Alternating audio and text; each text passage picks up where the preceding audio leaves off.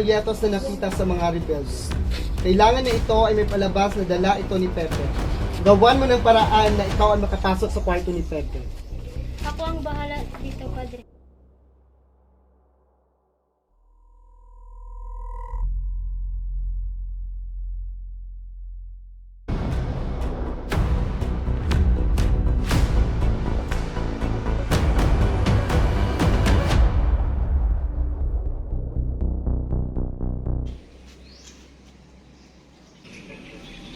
Ang taong nasasakdal ay nandito sa salang rebelyon, sa desisyon at pagbabalak ng masama laban sa pamahalaan ng Espanya.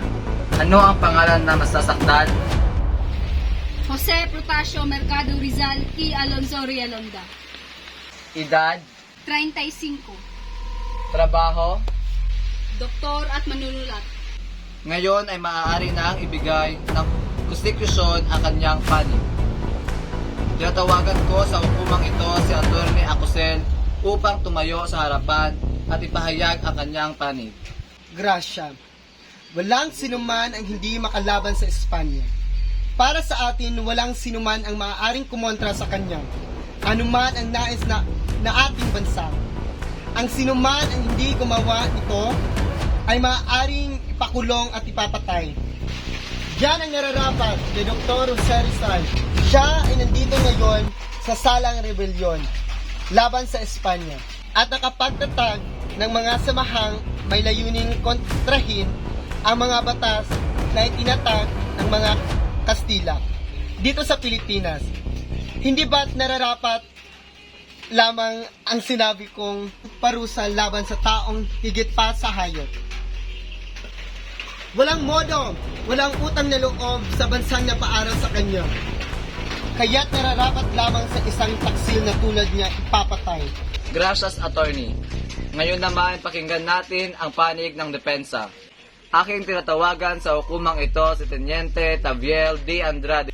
Hindi nasusukat ang kadakilaan ng isang tao sa yaman o sa dami ng kakilala niyang tao.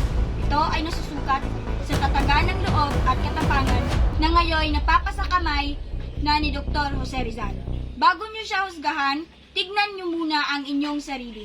Ang nais lamang niya ay maging pantay ang trato ng mga Kastila sa mga Pilipino. Hindi kayo dapat magpadalos-dalos sa pagbibigay ng parusa na hindi nararapat sa nasasakdal. Kaya naman, pakinggan natin ang panig ng nasasakdal. Kasinungalingan ang ibinibintang ninyo sa akin. Wala kayong konkretong ebidensya at ang tanging mga liham at ang mga galit lamang tumutukoy sa aking pagkakasala.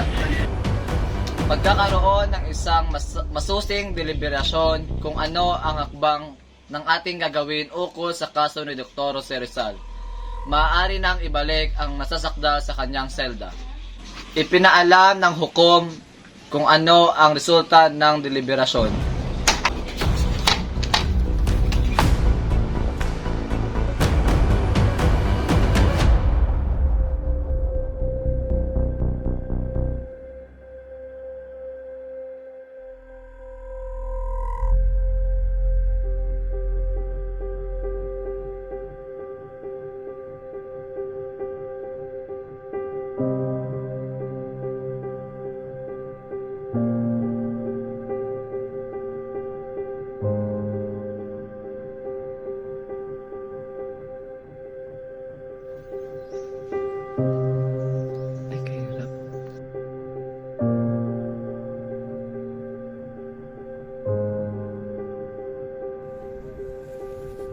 Apunte!